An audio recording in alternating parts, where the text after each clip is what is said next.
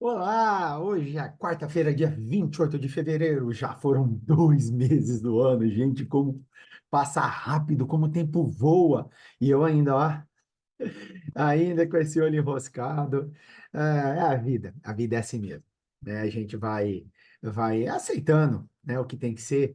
E foi um pouco da lição que nós vimos semana passada, né? É a gente aceitar nossa imperfeição, a gente aceitar nossos problemas, a gente aceitar nossos buracos, a gente entender que nós não estamos aqui para virar anjo. Nós não estamos aqui. Nossa missão aqui não é virar anjo, né? E muitos precisam entender isso, que nossa missão não é virar anjo. Nossa missão é fazer um cadinho melhor do que a da outra vez. Melhorar um cadinho do dia passado. Eu falo muito isso para meus alunos.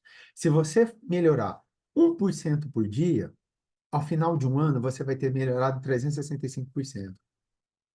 Não é virar anjo. Não é de uma vez, não é de uma hora para outra, eu acordar e falar, pumba, uau, nossa, como eu sou diferente. Isso não vai acontecer. Isso não vai acontecer, não adianta. Não vai acontecer comigo e não vai acontecer com os outros. Isso não vai acontecer com ninguém. Eu dormir malzinho e acordar bonzinho. Isso é um processo. Isso a gente faz todos os dias. Quando Cristo diz, sede perfeitos, como perfeito é vosso Pai, Cristo sabia muito bem o que ele estava falando. O que ele estava falando? O vosso Pai é perfeito, no sentido de perfeição, de feito até o final. Não é no sentido que nós damos hoje. Ah, nossa, tal coisa é tão bonita que é perfeita. Não. É muito claro quanto a isso. O pai já chegou no final. O pai é perfeito. Agora, tu tem que ser. Mas não fala ser de perfeito hoje, ser de perfeito agora, ser de perfeito amanhã. Ser desperfeito. Então, o que eu tenho que fazer? Eu tenho que buscar essa perfeição. E buscar a perfeição é uma busca diária, todo dia, é uma busca vigilante, é uma busca que nos cerca de várias coisas que nos desconectam, muitas vezes, do mundo que a gente vive. Então, é uma busca incessante do ser perfeito. É uma busca diária do ser perfeito. E aí, o que acontece? Quem não tem esse peso de que amanhã eu preciso ser diferente, amanhã eu tenho que ser assim, amanhã eu tenho que ser assado, quem não tem essa busca, o que acontece com essa pessoa? A gente consegue perceber claramente nela, a gente consegue perceber dia a dia, paulatinamente, todos os dias, toda hora, que essa pessoa vai modificando, que essa pessoa vai fazendo diferente. Vou dar um exemplo aqui, muito constumados que eu tenho aqui muito todos os dias, que é a questão de uma coisa que eu e Isola a gente comenta muito, que é como estamos diferente do que éramos. Como nós mudamos diversos comportamentos, como nós mudamos diversas atitudes, como nós estamos fazendo diferente do modo como fazíamos antigamente.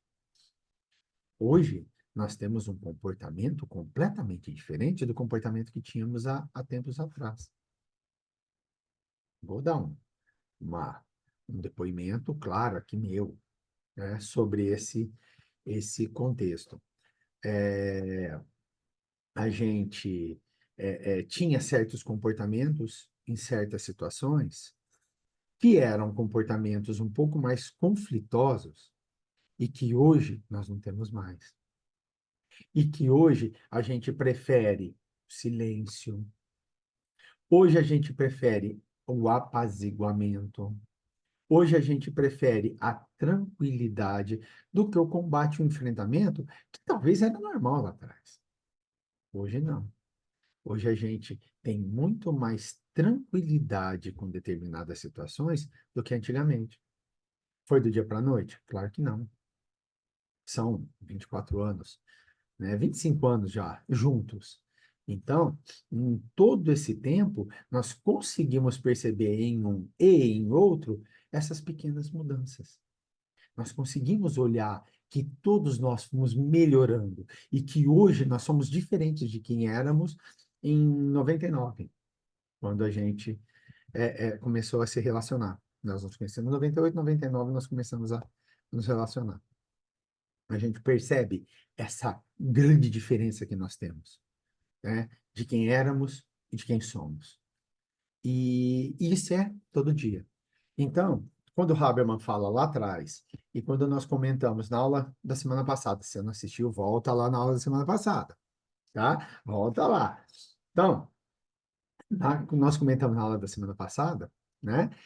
O legal é isso, é o todo dia, um pouquinho a cada dia. Não, eu não quero virar um anjo. Eu não quero, nossa, aquela pessoa, como ele é bom. Não, eu quero eu me sentir melhor. Eu quero eu fazer algo todos os dias para eu me sentir melhor. E eu acho que o capítulo de hoje, a aula de hoje, vem muito ao encontro disso que nós vamos falar. Vem muito ao encontro desses pontos que nós trouxemos da aula passada, que é a questão do ser melhor um pouquinho a cada dia. Modificar algumas coisas nossas para nos melhorar a cada dia que passa.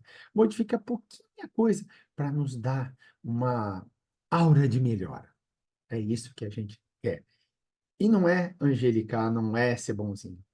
É melhorar. É hoje eu não faço o que eu fazia ontem. Hoje eu não tenho um comportamento que seja que eu tinha ontem. Hoje eu não tenho mais. Hoje eu não tenho mais esse comportamento. É isso que a irmã Sidufo pede para nós. É isso que Habermas falava para nós. É isso que tantos outros que nós vimos ali atrás falavam para nós. É todo dia, um pouquinho por dia, um passinho por dia, que a gente vai chegar na vitória. Vamos lá? Vamos para a aula de hoje? Não se esqueça, curta nosso canal, compartilhe nosso canal, compartilhe esse vídeo, ajude a Cavilha a chegar a 2.000 inscritos. Gente, vamos lá, 2.000 inscritos e ajude esse trabalho e todo o trabalho da Cavilha a chegar a cada vez mais longe. A gente conquistar gente cada vez mais longe. Vamos lá, deixa eu compartilhar a tela aqui. E a lição de hoje é a ser melhor. Olha que legal. Como eu disse, é isso que Irmã do Fogo, é isso que Jesus, é isso que Deus, é isso que todos esperam de nós. Ser melhor. Não é ser anjo, não é ser perfeito. Ainda será perfeito, porque sedes perfeito como perfeito é o Pai. Ainda será perfeito, mas não é agora. Não é nessa vida. Nós não estamos nem em condição, nós estamos longe da perfeição. Mas se eu já melhorar, se eu já fizer diferente, se eu já der um passo à frente, gente, ó, é muito, muito, muito, muito diferente. Vamos lá? Então vamos lá. Ser melhor. Para nos melhorarmos, outorgou-nos Deus precisamente, presta atenção nessa palavra aqui, presta atenção nesse advérbio aqui, precisamente, isso é com precisão. Então, como Deus é perfeito, ele sabe exatamente de tudo que a gente precisa, então ele nos deu, nos outorgou, nos entregou algo. O de que necessitamos e nos basta a voz da consciência e as tendências instintivas. Priva-nos do que nos seria prejudicial.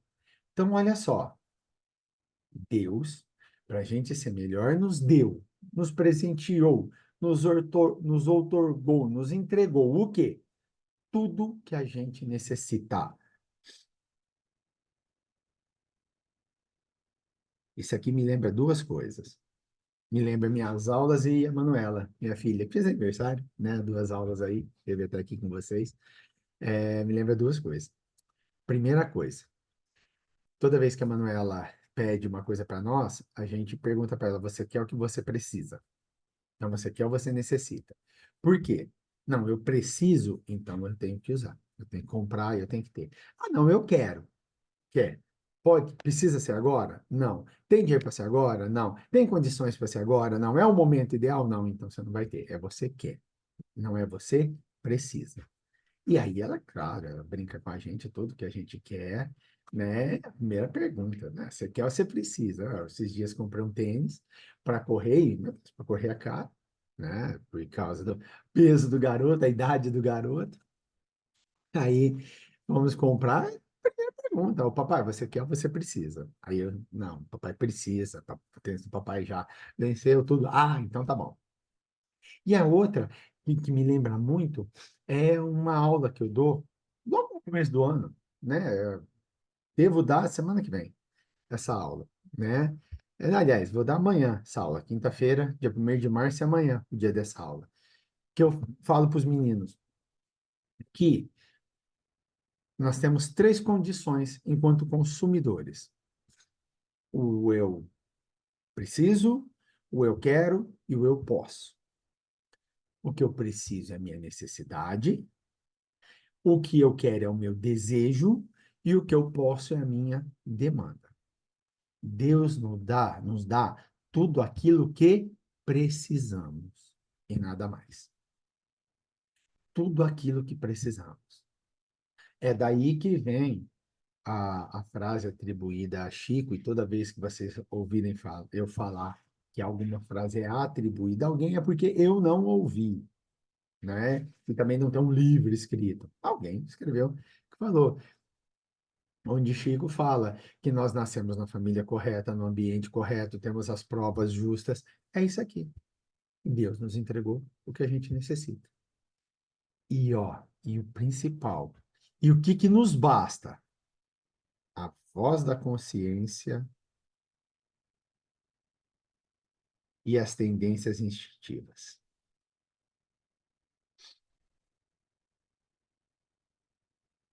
Voz da consciência. Se você não pode contar uma atitude que você vai ter para os outros, se você tem vergonha do que você está fazendo, se você tem que esconder o que você está fazendo, você sabe que está errado. Se eu morro de vergonha de trazer para o curso uma situação que aconteceu comigo, ou que eu fiz, ou que eu coloquei, eu sei, já tive provas de que eu estou fazendo errado. Ah, essa se deu mal? Não, é minha consciência. Eu tenho vergonha de falar. Eu tenho vergonha de expor. Eu tenho vergonha de trazer aqui e falar, eu fiz isso. Ah, mas tem tanta coisa de ruim que as pessoas não têm vergonha. Aí, dois caminhos. Ou ela fala para não correr mais no erro, ou ela não acha que aquilo é um erro. Ou ela está num padrão de evolução que para ela aquilo é normal. Vou dar um exemplo corriqueiro da nossa vida. Uma vez um professor meu falou que no Brasil a gente obedece às leis, mas não respeita as leis. Eu levantei a mão e falei, não entendi. Dá para explicar um pouquinho melhor o que que é obedecer e respeitar? Que obedece e respeita, não é? Não, bem diferente. Por exemplo, está numa via, uma rodovia, velocidade máxima da rodovia, 110 por hora. O cara anda a 150. Quando que ele anda a 110? Quando tem radar. Então, ele obedece, mas ele não respeita. Uma pessoa que respeita, se a gente for num país onde as leis são respeitadas, o que que o cara faz? Ele anda na mesma velocidade a pista todinha. Mas está livre. Não importa. O limite de velocidade é aquele. E eu respeito isso. Nós não, nós obedecemos. Ah, não vinha ninguém, eu passei sinal vermelho. Cara, mas o sinal estava vermelho. Não vinha ninguém. Claro, abre parênteses. Eu moro numa cidade perigosa, são 2 da manhã, eu vou ficar parado esperando um bandido vir. Até porque o Brasil não nos oferece segurança. Mas hoje, vou buscar café da manhã para nós aqui em casa e eu tô lá parado, semáforo, 6 horas da manhã, claro, tô lá parado, sou dois carros, viu? Tranquilo, como se nada tivesse acontecendo. Ou quantas vezes a gente colocado perto de situação de risco de acidente, porque você está passando moto, vaza. Nós não respeitamos, nós obedecemos.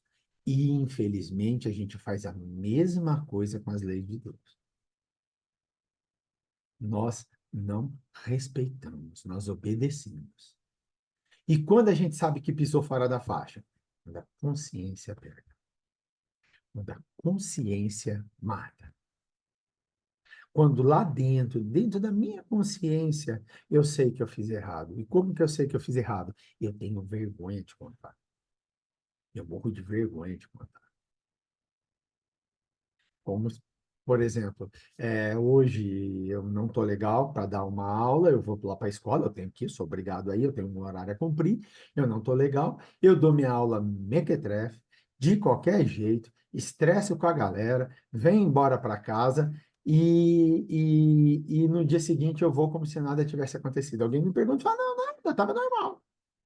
Olha como eu estava com vergonha. Que eu poderia chegar e falar, galera, ó, hoje eu não tô legal. E eu faço isso, graças a Deus. Como eu falo para vocês, eu já estou um pouquinho melhor, eu já percebo algumas melhoras. E uma das melhoras que eu percebo é isso. Eu chego e falo, ó, gente, ó, hoje eu não tô legal. Hoje eu não tô legal. Fiz com vocês, dia 14 de fevereiro. Falei para vocês, ó, gente, eu fiz uma cirurgia, vocês estão vendo aqui, ó, ainda tá roxinho, meu oi, né? O médico falou 10 a 15 dias, pode ser que dure mais, nunca se sabe, né, quando acontece. E mas tirei a bolinha que eu tinha, quem notou, eu tinha uma bolinha aqui, né? E não é por isso que eu vou parar minha aula, né? Eu acho que é esse que é o caminho. Eu não tenho vergonha de falar. Talvez, se eu tivesse feito uma outra coisa, eu teria vergonha. Talvez se eu tivesse me envolvido numa briga onde eu provoquei a briga, eu teria vergonha. Talvez eu teria cancelado. Já são 3 semanas, né, sem aula. Eu teria chegado para a Rosana e falado, Rosana, ó, não dá, não dá, não dá, ó, meu olho, pelo amor de Deus, tudo. Eu vou ter vergonha de falar que eu fiz uma cirurgia? Claro que não. Então, se eu não tenho vergonha de contar para os outros, se quando eu chego em casa eu não me envergonho do que eu fiz, se eu não quero ao todo custo esconder uma situação, minha consciência está limpa. Isso é estar com a consciência limpa. Agora, se eu tenho vergonha, é a voz da consciência batendo. E as outras são nossas tendências instintivas. Por quê? Porque a gente traz essas impressões. A gente traz essas impressões. Então, a gente tem as nossas tendências. Nós temos ainda muita tendência na maldade. Demais, demais, demais, demais, demais, demais. Então, como a gente tem tendência na maldade, qual que é a nossa preocupação? É com melhorar. E como que eu sei? Quando eu vou fazer alguma coisa e minha consciência fala, não faz isso. Você vai morrer de vergonha de contar para os outros.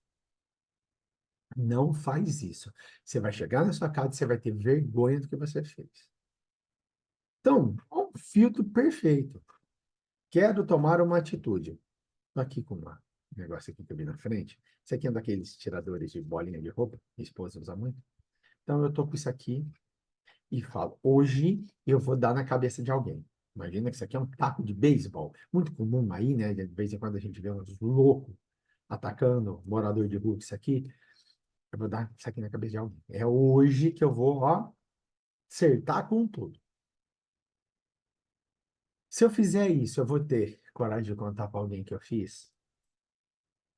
Se eu realmente pegar isso aqui e dar na cabeça de alguém, eu vou chegar e falar, eu dei na cabeça de alguém, a polícia vai chegar, quem que foi? Fui eu é que dei a porrada. Não. Então, ó, tchau. Por quê? Porque eu estou fazendo coisa errada. Eu estou fazendo coisa errada. Agora, se não, eu salvei alguém. Alguém estava lá e eu dei umas pancadas em alguém para salvar. A pessoa estava, eu fui, imagina uma cena de alguma coisa acontecendo e eu vou salvar e pego um negócio desse e dou uma pancada na cabeça da pessoa, a pessoa cai e desmaia, a polícia vem. Eu não vou ter coragem de falar, eu bati nele, ele estava batendo essa pessoa, estava espancando, a pessoa confirma, estava sendo espancada, aí eu fui ajudar, na hora lá, pum, eu bati.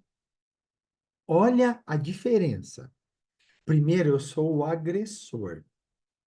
E na segunda, eu também fui agressor. mas eu não era o agressor. Eu estava sendo alguém que foi salvar uma pessoa.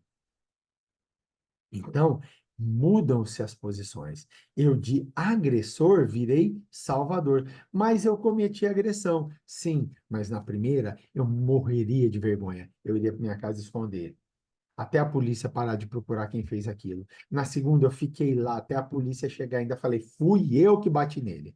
Eu. E por que que eu bati? Porque estava batendo o outro aqui, ó. Foi para defender. Olha como a consciência grita para a gente. Olha como a consciência berra na cabeça da gente. Faz isso que é bom e não faz aquilo que não é bom. Mas a gente tende a não ouvir. E quando ouve, completa a passagem do Evangelho. Priva-nos do que nos seria prejudicial. Então, se eu seguir isso aqui, se eu entender que Deus me dá tudo o que eu preciso e que basta para mim ouvir a voz da consciência e tentar captar e não deixar tanto transparecer minhas tendências instintivas, eu vou me privar do que é prejudicial. Volto a insistir. Eu poderia ser um agressor e estar sendo prejudicado. Mas na segunda eu fui o agressor, mas não por uma coisa ruim. Eu salvei uma pessoa, eu não estou me prejudicando. Salvei alguém. Essa passagem está no Evangelho segundo o Espiritismo, capítulo 5, item 11. E nós temos que ter muito cuidado, um olhar de cuidado enorme. Nós temos que ter um olhar de cuidado fantástico, maravilhoso com todo mundo. Com todo mundo. Principalmente conosco. Principalmente conosco. Ouvir a voz da consciência para nos privar do que é prejudicial. Nossa, só a citação já é isso. Já deu para perceber que o capítulo vai ser denso, né? Se só a citação já é isso, nossa. Então vamos lá. Vou ler para vocês, que eu estou no cantinho aqui, né? Atrapalhando. Então vou ler.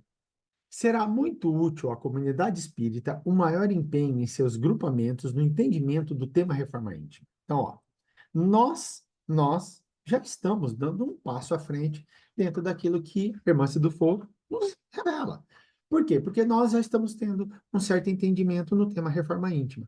E é legal, a oportunidade do curso é legal a gente poder falar, e é legal o formato que a Rosana me entregou, que as meninas da Cavile me entregaram, porque eu sou livre para dar o curso e fica uma coisa bem densa, uma coisa bem legal, né? E aí dá para a gente entender bem a nossa reforma íntima. Então, é muito útil isso. A Cavile deu um passo adiante fazendo um curso desse. Apesar dos debates assíduos, observa-se ainda uma lacuna no apontamento de caminhos pelos quais se possa encetar um programa de melhoria pessoal. É exatamente por causa disso que eu falei para vocês que eu adorei o formato. Por que que eu adorei o formato? Porque a Rosana me deixou ser professor. Eu não estou aqui como um leitor do livro, como um explicador de entrelinhas. Não, eu estou como um professor. Eu tiro passagens do livro que eu acho que é interessante, tanto que nós não estamos vendo o livro na sua totalidade, eu só estou tirando aquilo que eu acho mais interessante e colocando histórias, colocando temas vividos, histórias de outras pessoas, histórias que eu conheço, para que todo mundo entenda e faça o seu programa de reforma íntima. Porque vou ser muito sincero com todos vocês. Não existe mapa. Não existe manual. Se você for hoje em qualquer livraria, vai ter um monte de manual. 10 lições para ser feliz, 10 lições para melhorar a vida, 10 lições para ser maior, 10 lições para se dar bem, 10 lições para ganhar dinheiro. Vai ter um monte lá. É os 7 hábitos das pessoas mais eficazes. E aí depois o cara ainda veio ao oitavo hábito. Então, não era só 7, ainda você precisa criar mais um hábito, sabe? Então, tem um monte de manual. Só que o manual só melhora a vida de quem escreve. Porque se tem um monte de manual, é porque nenhum vale. Se esses manuais servissem para todo mundo, não teria espaço para Rivotril no Brasil. Não teria espaço para ansiolítico, esse Talopram. Não teria espaço. Citalopram, não teria espaço. O Brasil não tomaria remédio para depressão. Por quê? Porque nós temos um monte de manual que nos deixa viver a vida plena. O problema é, o manual não serve. O manual é de cada um. Não adianta vir aqui falar para vocês, faz isso, isso, isso e isso. Às vezes não serve nem para mim, eu que estou falando. Então, quando a Rosana me deu esse espaço e deixou eu ser professor, foi legal porque eu não jogo para vocês e falo, façam assim. O que eu falo? Ó, teve gente que fez assim, tem gente que faz assim, tem gente que faz assim. Isso aqui funcionou para um, isso não funcionou, isso. E eu dou um monte de exemplo para que nós preenchemos essa lacuna do que eu posso fazer. Eu dou, desculpa, eu dou exemplos e crio uma dúvida na cabeça de vocês para que vocês, todos, nós, eu, todos nós, podemos responder com dignidade e com segurança a uma pergunta: como fazer reforma íntima?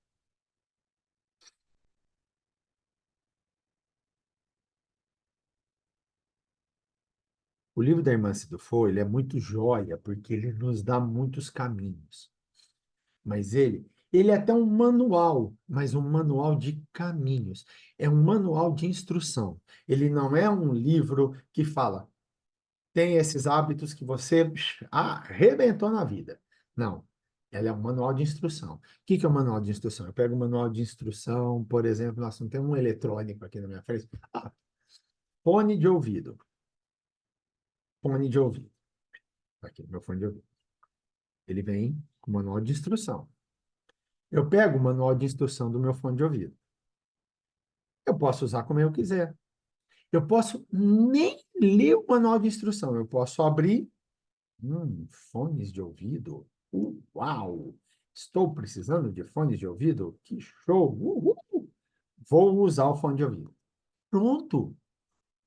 E sem nenhum manual. E aqui, ó, eu vou até brincar com vocês, ó. Aqui, ó, colocando, ó. Tá? Pimba. Pronto. E estou usando o fone de ouvido, que pode ser colocado assim, pode ser colocado assim.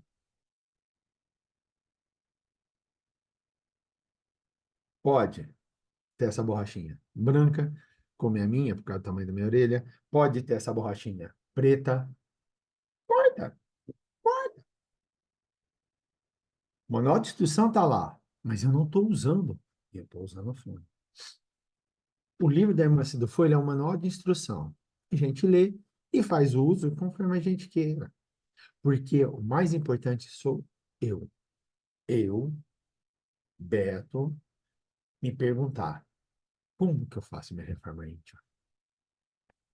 Como que eu vou fazer essa reforma íntima? O que eu vou fazer nessa reforma íntima? Sou eu que vou perguntar. O primeiro passo a mais amplos resultados nesse campo será possuir, olha aqui, o primeiro passo para eu ir adiante. Qual que é o primeiro passo? Possuir a noção bem clara, possuir uma noção bem clara do que seja essa proposta no terreno individual. Não, não, não, não, não, não. Vou até mudar aqui. Deixa eu até voltar. Volta, volta, volta, volta. Cadê a borracha? Borracha, borracha. Sai da borracha. Marca texto. Marca texto vermelho. Tá aqui. É a proposta no terreno individual. É cada um por cada um. É cada um com o seu jeito, cada um com o seu tempo, cada um com a sua hora, cada um da sua forma, porém, é cada um por cada um. Propomos, então, uma releitura de sua conceituação em favor da oxigenação de nossas ideias. Resultado: Reforma íntima é você. É você possuir a clara ideia do que você precisa. É eu possuir a clara ideia do que eu preciso. É eu entender o que eu preciso, que é útil para mim, o que é legal para mim, o que eu tenho que fazer. Não são os outros, sou eu. É eu saber que passos que eu tenho que dar. Posso chegar a qualquer um de vocês e eu agradeço demais a todos que comentam. Como eu falei para vocês, cada vez que você curte esse vídeo, que você compartilha, que você comenta esse vídeo, que você se inscreve no nosso canal, o YouTube entende esse conceito como mais relevante, esse conteúdo como mais relevante e apresenta para mais pessoas. Então, toda vez que você comenta aqui, eu tenho uma ideia de cada um que eu estou trabalhando. Mas eu não posso chegar para você e falar. Ah, Cleide, você comentou, muito obrigado. Ó, faz isso. Eu não tenho nem essa expertise e nem essa moral para te falar, faça isso. O que que eu posso fazer? Diante da sua situação, nós podemos pensar em algumas alternativas, mas é você quem vai dar a palavra final. Quando eu falo faça isso, eu estou te dando um caminho que é o meu caminho, sou eu. É diferente, por exemplo, de um médico. Você vai lá com a doença X, o médico fala, toma isso. Mas por quê? Porque ele sabe que para a doença X é isso que vai resolver.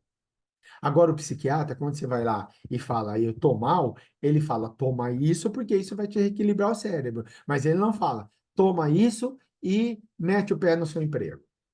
E pede demissão. E aí você olha e fala, tá, eu te pago e pago meu remédio como? Faz isso e larga a sua família. Seu marido, sua esposa, tá te dando muito problema. Tá, e eu faço o que com meus filhos?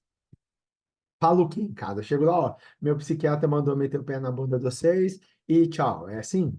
Não é, não é. Uma coisa é tratar uma doença. Outra coisa é eu saber o que eu preciso. Eu entender o que eu preciso, o que que é meu problema, o que que é meu desvio, o que que eu preciso fazer para mudar isso aí, para mudar a situação. Por isso que reforma íntima é um trabalho no terreno individual. Mudar é um trabalho no terreno individual. Criar hábitos é um trabalho no terreno individual. Eu posso ler Hábitos Atômicos, posso ler O Poder do Hábito, mas lá o que que eles falam? Eles dão alguns exemplos de hábito. O poder do hábito, ele dá o poder de como é bom ter um hábito. Mas não fala para você, você tem que ter esse hábito. Não. Ele fala, ó, ter hábitos é bom, tá? Por quê? Porque reforma íntima, mudança, alteração é no terreno individual. É só ver como três pessoas diferentes reagem, por exemplo, ao luto. Tem aquele que chora, se despedaça e se acaba. Tem aquele que chora, sente, vai sentir, mas a vida segue. E tem aquele que é indiferente, que cumpriu a missão. Beleza, valeu, brigadão. Que absurdo, não choro. Gente, cada um no seu momento, cada um no seu estágio evolutivo, cada um com o seu entendimento. Ado a ado, cada um no seu quadrado. Agora é a hora, é a tarefa da semana. Qual é o seu quadrado? Última semana de fevereiro, nós estamos perfeitos para pensar isso. Eu vou até alongar um pouquinho a aula, só para contar uma historinha. Fevereiro é o mês menor, porque no calendário juliano, no calendário clássico, fevereiro era o mês que fechava o ano. Era o mês que encerrava o ano. Então, vinha as datas todas e em fevereiro encerrava o ano. Nós é que adotamos um calendário diferente, calendário mais clássico, né, que fevereiro vem no começo. Mas nos calendários gregos e romanos primitivos, fevereiro é um mês menor, porque fevereiro é o mês que encerrava o ano. Então, tinha menos dias. Então, vamos pensar o seguinte: vamos pensar como Congresso Nacional e nós vamos começar só depois do Carnaval, né? Vamos começar agora. Amanhã, amanhã não, né? Depois de amanhã, 1º de março. 1º de março é depois de amanhã, é sexta-feira. Então, sexta-feira, vou começar o ano. Qual é o meu quadrado? Onde eu estou? Qual é o espaço que eu tenho que ocupar? O que que eu preciso melhorar? O que que eu preciso fazer diferente? Qual é a minha reforma íntima? Qual é o meu terreno? Qual que é o terreno que eu preciso arar, que é o meu? Qual que é o terreno que eu preciso semear, que é o meu? Essa é a ideia que fica dessa semana. Uma aula muito legal. Vimos pouquíssimo do livro, mas olha que aula muito legal. Uma aula que nos deu consciência de que eu sou responsável pela minha reforma, eu sou responsável pela minha mudança, eu sou responsável por tudo que eu vou fazer. Vamos pensar assim? Vamos seguir? Vamos seguir sendo responsável por tudo aquilo que a gente faz? A gente só tem a ganhar. Vocês não sabem o tanto que é bom a gente saber a nossa vida, ter o nosso mapa, eu escrever o meu mapa e seguir o meu mapa e vencer. Porque cada vitória eu vou comemorar, eu vou ficar feliz. É bom demais, é ótimo. Se você ficou até o final, like no vídeo. Novamente, curta nosso canal, compartilhe esse vídeo, compartilhe nos seus grupos de WhatsApp, compartilhe com todo mundo. Faça a Cavilha chegar cada vez mais longe, nos ajude a chegar aos 2.000 inscritos. Contamos com vocês nesse trabalho de luz, de dedicação que todos nós temos.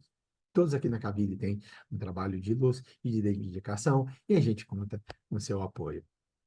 Boa quarta-feira, boa semana, bom março. Que março vem aí com tudo para vocês. Um forte abraço, fiquem com Deus. Lembrem-se, seu mapa. É a hora de construir o seu mapa. Até quarta-feira que vem. Tchau.